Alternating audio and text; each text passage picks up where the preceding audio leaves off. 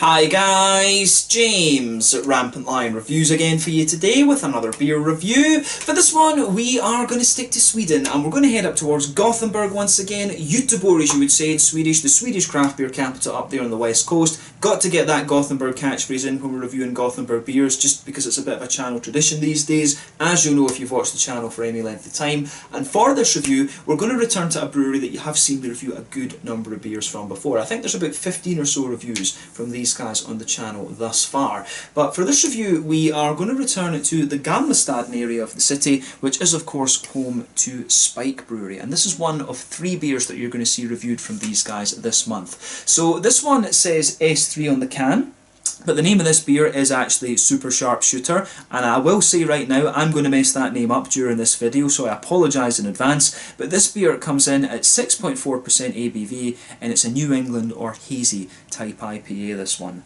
But yeah, like I said, one of 3 beers that was released this month through Systembolaget. This one came out on the 1st of December 2020 as part of the Lokal Småskaligt assortment, and the other 2 beers, I think the other one was called As Cold as Ice, if I remember the name rightly, but that was a big 8% double IPA, and then the other one was the Doppler Effect, a big 11 or so percent Imperial Stout, and like I say, you will see those reviewed a little bit later in the month. But I thought we would start with this one since this is the kind of youngest sibling of the 3, I guess we could say, the lowest alcohol one. Just go through them logically as we kind of always do. But yeah, very curious to see how this one turns out. Spike Brewery are one of the ones that I always keep an eye out for. If you are interested in Swedish and Gothenburg beer, Spike Brewery are a very good brewery actually. I don't think these guys really export yet because they are, I think they just kind of cover the local domestic market and things, but if you are interested in Swedish beer and going to Gothenburg, then Spike Brewery are one of the ones that I really would recommend that you check out. These guys, very good when it comes to the New England hazy IPAs. I've had a few interesting, more bitter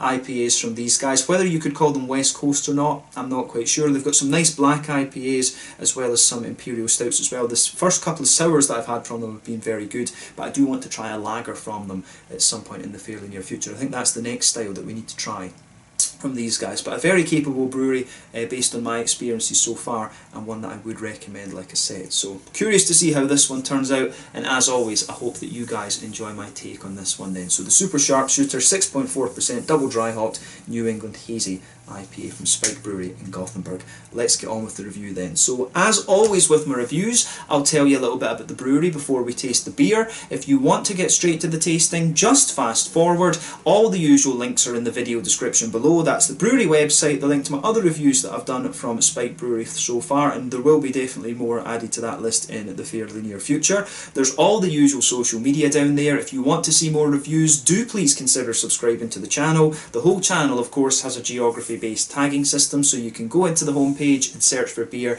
based on country, city, state, county, province, prefecture, whatever it is you happen to be interested in. Do check out the playlists of beers from different countries. There is one there for all the Swedish beers that I've reviewed for you, and that's constantly being added to. And as always, please do get in touch and let me know some of the other beers and breweries that you guys would like to see me review. It's always great to hear from you guys that are watching the videos, and the support that you show the channel is hugely appreciated. So anyway, to tell you a little bit about Spike Brewery then, on to my brewery notes. So Spike Brewery, as I've mentioned to you already, are based in Gothenburg, Göteborg, and they were founded back in 2014 by Mats Westberg, Marcus Axberg and Martin Johansson.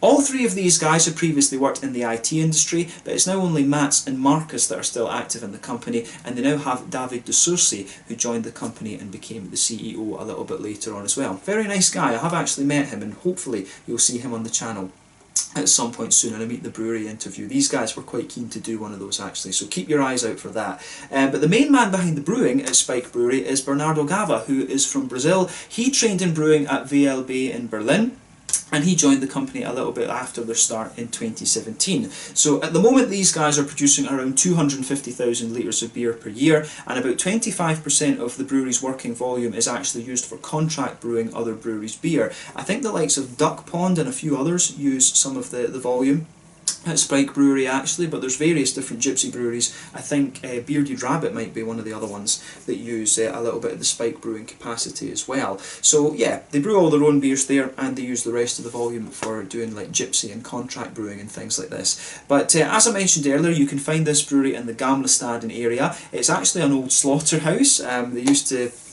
kill cows and sheep and all these sorts of things in there. I think it's actually called Slakthuset, if I remember the name of the building right. But you'll find the brewery in there. There's bullet holes and stuff in the walls there. They've got an on-site tap room which opens up on Saturday, and it also serves food sometimes as well. But like I say, you can go in there and sit in some really old kind of quirky chairs and on the benches and stuff like that with all the bullet holes in the walls and things like that. But they are looking at opportunities at the moment to build their own brewery and move out of there and get a more kind of purpose-built facility actually. So we'll see how that goes over the next little while. But as of December 2020, when I'm filming this review for you, these guys have produced around 100 different kinds of beer, and as I mentioned earlier, it's the best beers you'll find from these guys would be the New England Hazy IPAs. Some of the black IPAs are very good actually, and the Imperial Stouts. But I do think there's a lot of potential in this brewery for the sours as well. I was really impressed with the Madism that I reviewed a little while ago, and I also drank a sour beer at the brewery as well. So if you're interested in my review of that, you can have a little look at the out and about video I did at the Spike Brewery tap room, and you can have a look at the brewery itself and things like that. So that was very, very cool. But yeah, that's all I can really tell you about Spike Brewery for the moment. As I say, this is a brewery that I enjoy reviewing beers from and I keep an eye out for. So if you're interested in Gothenburg, yeah, as a beer city, Spike Brewery is one that you definitely want to check up, and these guys, as I say, quite well respected within Sweden these days too. So yeah, have a go at some of their beers, but that's all I can tell you about Spike Brewery for the moment. If you want to learn more, check out the brewery website, follow them on Facebook and Instagram to keep up to date with all the latest goings on, and of course check out the Rate Beer, Untappd and Beer Advocate pages, and you can learn more about all those 100 or so different beers that they've released so far. But yeah, let's get on and actually have a taste of this beer then. Very curious about this one, as I've said. So yeah, the artwork on this, I have to say, is pretty cool. You always get some quite snazzy and well done artwork from Spike Brewery. I think this turned out very, very nicely. But yeah, the Super Sharpshooter, 6.4% New England Hazy Double Dry Hopped IPA. We know it's a New England because on the side here it says wheat and oats, so we can guess that it's going to be a New England one. But it says a bold and blazing IPA aiming to supply you a shot of pure hop ecstasy, Cryo Equinaut, Cryo Citra and Mosaic. So yeah, this should be pretty cool. So remember, when it comes to cryo hops, basically they basically extract the oils from the hops essentially, and that goes straight into the beer rather than using like pellets and things like that. But yeah, Equinaut, we know, an American hop, about 14% alpha acid, gives you a hell of a little limey character. Citra we know is one of the original high alpha acid hops, again about 13-14% alpha acid, mango and lots of little complexities, and then we've got Mosaic, another American hop in there, lovely kind of quite bright tangerine-y orangey notes in there. I don't know if you do get Cryo Mosaic actually, that come to think of it, I've never seen Cryo Mosaic, so I don't know if there's something, if there's different properties of different hops mean that some of them work as cryo, some of them don't, because you know you've got a lot of different chemicals in there like myrcene and alpha and beta acids and all these kind of things.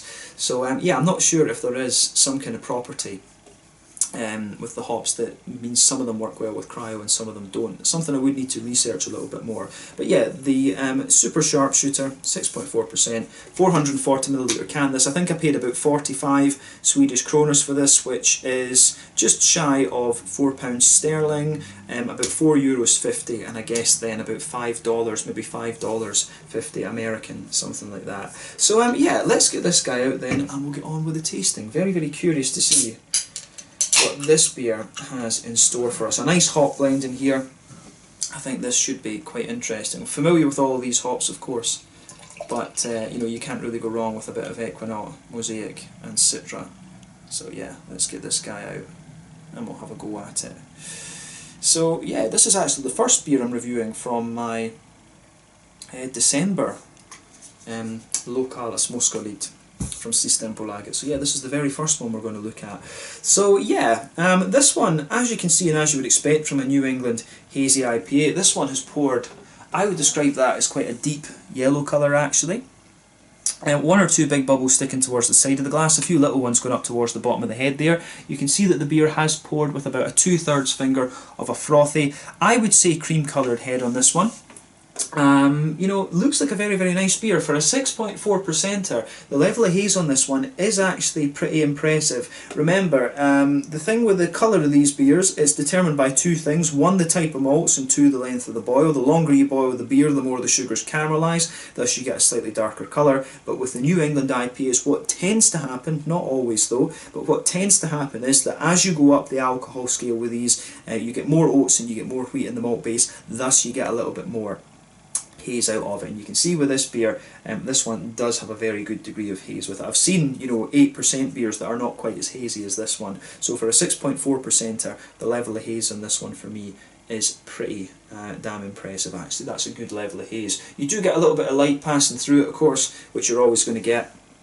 But yeah, it's not the soupiest and gloopiest of New England IPAs I've come across, but for its percentage, 6.4, I think the level of haze that it has is pretty impressive actually. So yeah, definitely something to keep mind of actually. But yeah, looks the part, certainly looks nothing particularly surprising about this beer in terms of appearance when you consider it's a New England IPA. So let's have a closer look at the aroma and just see how we get on with this one. Very curious about this beer, as I've mentioned.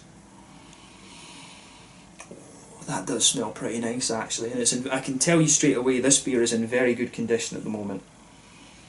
Yeah, this smells very, very nice. Where to start with this beer then? So we'll start with the malt, as we usually do. So straight away with this beer you can smell a lovely smooth white bready character to it.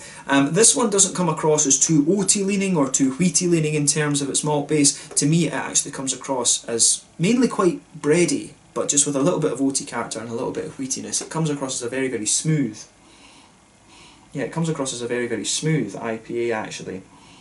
So when you take the aroma in, you do get a nice little bit of wheat at the back of the nose there, but other than that you get a very soft, almost thick white bread out of it. You can smell a little bit of the oaty smoothness. There's maybe a wee tiny touch of like a Werther's Original kind of butter candy type thing in the middle of the nose there. But yeah, the malt base for me is mainly quite smooth and quite white bready with just a wee bit of that oaty character. You can smell a bit of the creaminess with the oats, and I think that that's what gives you the kind of Werther's Original buttery type thing out of this. There is a wee element of a yeasty character to this one as well. You do get a tiny, tiny little hint of that farmhousey one for me, and that suggests that maybe this beer is using a Lallemand yeast or something like that, like one of the kind of New England ones, one of the Vermont yeast. There's there's a little hint of an almost farmhousey, like a kind of grainy, woody sort of thing in this that makes me think there's a Lallemand yeast in this, rather than say, for example,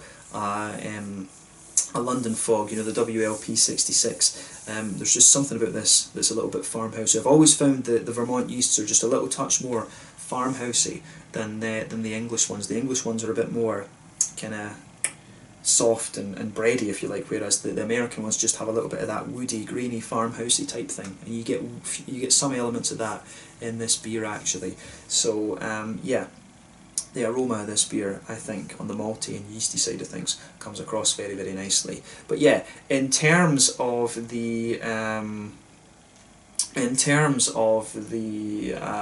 floral aromaticity of this beer and things, the green side of the hops, this one comes across really nice as well. It's got a lovely bright floral character to it. It's not overpowering and overly spicy or anything.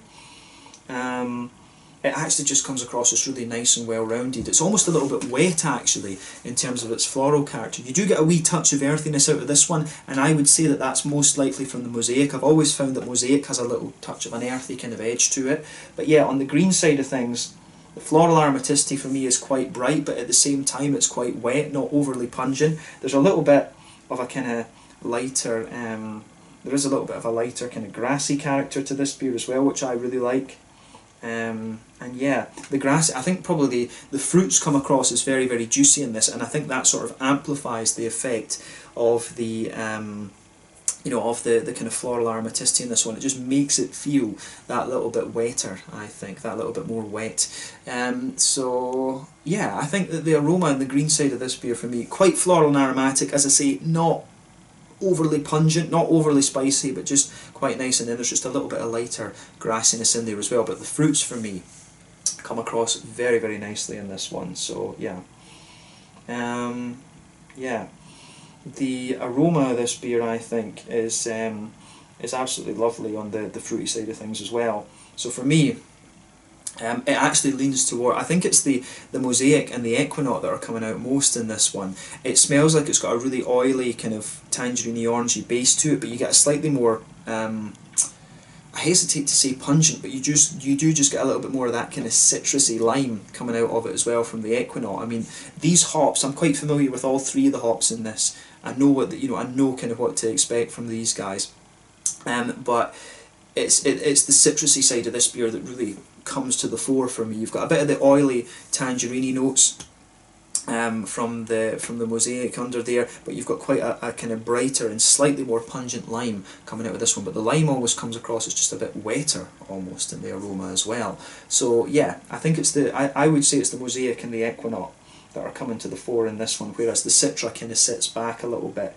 But in fairness, if you take the aroma in a little bit more deeply, then you do get a bit of the kind of more mango-y quality that you expect of the Citra. The other thing that you have to remember about Citra is that Citra can give you like lemon limey type qualities as well, so perhaps the lime that you're getting mainly from the Equinox is being enhanced a little bit by the Citra as well, because Citra can give you like gooseberry, lemon lime, sometimes lychee and things like that. It's a very complex hop actually, Citra. I think it's one of the most complex ones you're going to come across.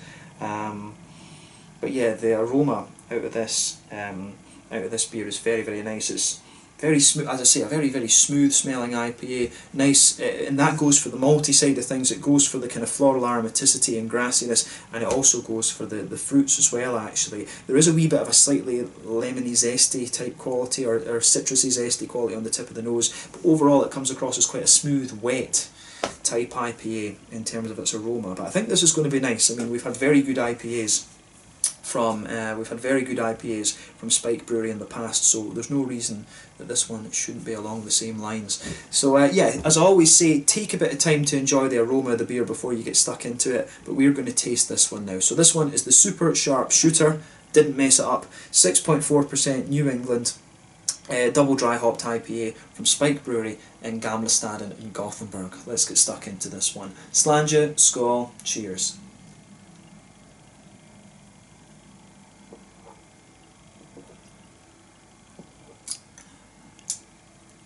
Yeah, that's pretty damn nice, I have to say.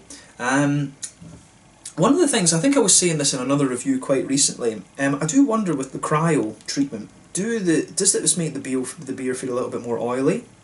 Because that's one of the first things that strikes me about this, is the fruitiness of this beer comes out and it just feels a little bit more oily, like almost slick in the sense, not madly thick if you like, but just with a little bit of slickness to it. Let me know your own thoughts about the cryo hops in the comment section below. I think that's an interesting point of discussion, but yeah.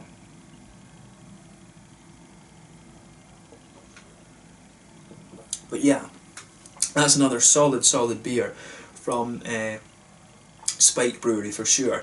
Is this my, the craziest and my favourite IPA I've had from them? To be honest, it's very difficult to say at these days. I guess if I'm not reacting to it very strongly, then it's maybe it's fair to say it's not my how do you say, it's not one of the ones that kind of strikes me the most from this brewery, but it's absolutely solid, this. And I mean, after a while, when you try beers from the likes of Spike, Stigberry, it's OO Brewing and things like this, you kind of just become accustomed to the fact that you're going to get a good IPA from these breweries, and this one is absolutely solid.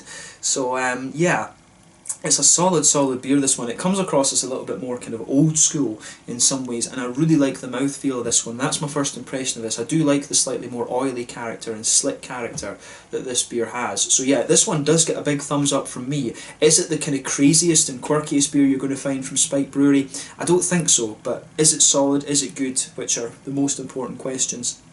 Absolutely, it fits the bill. So another solid release from Spike Brewery in my mind. Yeah, remember, beer is always subjective. Different people like different things. So sometimes you get beers that you don't think too much about and they just really strike you. But this is another just really solid New England from Spike Brewery. So try this one. Definitely try this one, especially if you like your kind of limey, orangey leaning IPAs. You will enjoy this for sure.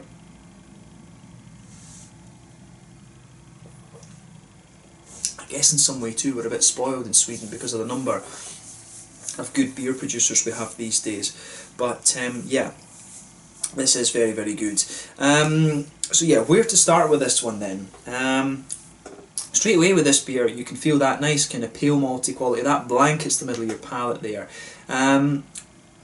It's not quite as thick and bready as the Aroma would have you believe. Actually, this beer is actually more kind of slick, to be honest with you. There wasn't really any sediment visible in the can there, so I don't see it changing too much with that. With pouring the rest of it in there, it does seem just even a little touch more hazy, but yeah.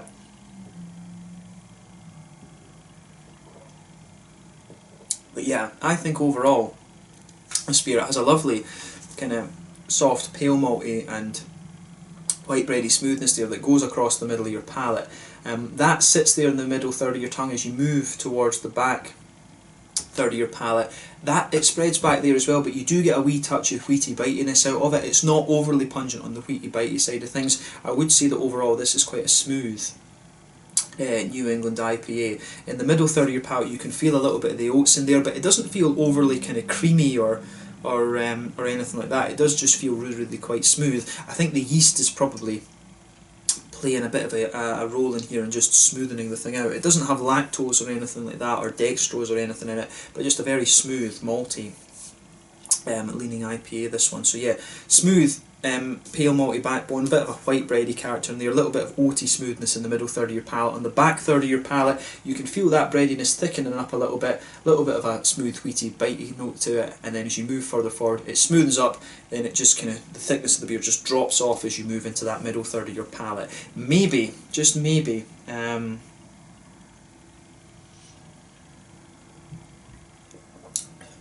yeah, I don't get so much in the way, like, there's a wee bit of brown sugar in the very centre of your palate covering up the booziness. I mean, 6.4%, it's not going to blow the head off you in terms of its alcohol content, definitely not, but it does have just a wee tiny little hint of brown sugar there in the middle of your palate, which is quite nice actually. But yeah, I think that covers the malt base quite well. This one strikes me as being quite akin to, say, Amazing Haze or Narangi or New Sweden IPA. It's got a bit of that more old school bready character to it from the malty perspective, if you like. So that's nice. On the hoppy side of things then, back corners of the palate you've got a little bit of earthiness there on this one. As you move further forward along the side of the palate, the earthiness does spread forward a wee bit, but then very quickly it becomes more floral and, pardon me, aromatic, and as you reach the front corners of the palate you do get a little bit more pungency to that. You do almost get a little touch of spiciness out of this beer. But remember, all the hops in this beer are quite high alpha acid. They're all between 12 and about 14% alpha acid, so you are going to get a good little bit of this, but it's not overly spicy, it's not overly resinous, just quite bright and aromatic. Then round the very front curve of the tongue the beer is just a little bit lighter and more grassy. Then on that front third of your palate you get that nice oily bubble where those juicy fruity esters just roll their way out of the beer, and I think that goes together very, very nicely in that sense.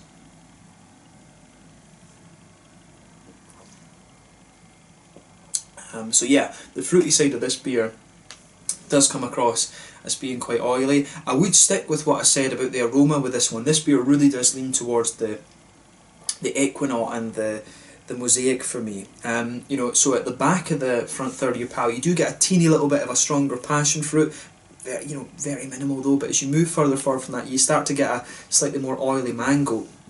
And this beer is interesting in that perspective because normally when you put hops into, like such as Citra for example, and Simcoe is another example of this, when you put these hops into a more bready leaning sort of malt base, like a New England malt base, they tend to be a little bit more softer and juicy. But I think in this case, because it's cryo treated, I think it really comes across as a little bit more oily in its composition. So yeah, there's quite an oily mango to this one, but then about 2/3 of the front third of your palate, if that makes sense. This one, you really start to get that oily tangerine orangey note from the Mosaic in this one. Remember, the Mosaic is not cryo, but you get that lovely tangerine orange there forming the backbone of that fruity part of your beer. But then on top of that you start to get the more limey qualities, I think, from the Equinaut, and it's almost as you move kind of right across to the kind of front tip of your tongue you do get a little bit of that slightly stronger zesty quality from the lime as well. maybe there's one or two little gooseberry hints in there as well, which would most likely be Citra. But yeah, I think it's very much the front third of your palate. There's a wee bit of passion fruit, then a wee bit of an oily mango, then after that you've got an oily tangerine forming the base, then on top of that you've got that kind of limey character from the Equinox. So I do think I would stick with that. I think Mosaic and Equinox dominate the flavour of this one for me, but the Citra, you can get that too, and you have to remember that Citra will contribute to those sort of lemon limey flavours, or the more the limey flavour, I guess we could say, a bit too. But yeah, this is definitely an interesting beer, this one, and it's a little bit more old school. As I say, it reminds me of amazing, the malty side reminds me of Amazing Haze and Narangi New Sweden IPA from Opie Gourds. You know, it reminds me of these sort of beers, but I like this one, I certainly do. This is a slightly more kind of old school New England IPA for me, and I certainly appreciate that. But in terms of the mouthfeel then, I think we can move to the mouthfeel now.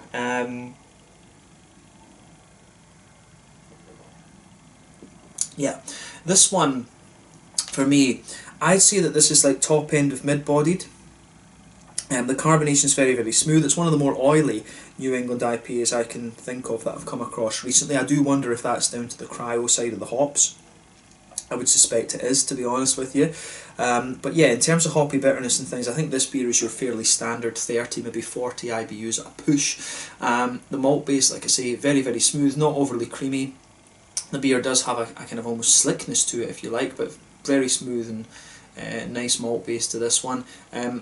Hoppy bitterness, like I say, 30, maybe 40 IBUs, and then you've got a lovely oily, fruity character to this one. But I mean, overall, it does get a big thumbs up from me, this beer. I've certainly enjoyed reviewing this one for you, so I think we can leave it at that for this review. This is a really, really nice one. Is it the craziest and quirkiest of beers that I've come across from Spike Brewery? Perhaps not, but it's one, I have to say, this beer has grown on me a little bit as well, actually. I think I really like the big, slick, kind of oily New England IPA, so the more and more that I've drunk of this one, the more I've liked it, actually. So yeah, it's definitely, as I say, not the quirkiest and strangest of beers that you're going to find from Spike Brewery, but I think this one is very, very solidly done, so it does get a big thumbs up from me, and I certainly wouldn't hesitate to drink that again. The Super Sharp Shooter. Yeah, these guys, it would be a bit of a shame if this one just kind of disappears, I think, because it is really solidly done, but you know, it's a bit of a catch-22, because at the same time you want the brewery to experiment, but if they produce a very good beer, then you do want it to stay. I think this one could be like a very good kind of solid core range beer from these guys. I don't think Spike don't really have, I think they do have one beer that's produced fairly regularly in Systembolaget, but I think this one would be a very, very solid core range beer, actually. I think this would be a very good core range IPA in my opinion, but yeah, it certainly gets a big thumbs up from me, and I've enjoyed reviewing this one for you. So yeah, this one was the Super Sharp Shooter 6.4% double dry hop New England Hazy IPA from Spike Brewery in the Gamlestaden area in Gothenburg. You'll see 2 more reviews from Spike Brewery over this month, but I hope you've enjoyed this one, and I'll catch you very soon in the next one. Slanja, skull, cheers, thank you for watching, check out my social media, let me know your own thoughts on this beer in the comments section below, let me know your favourite beers from Spike Brewery, and I'll catch you guys in the next review very, very soon. Cheers.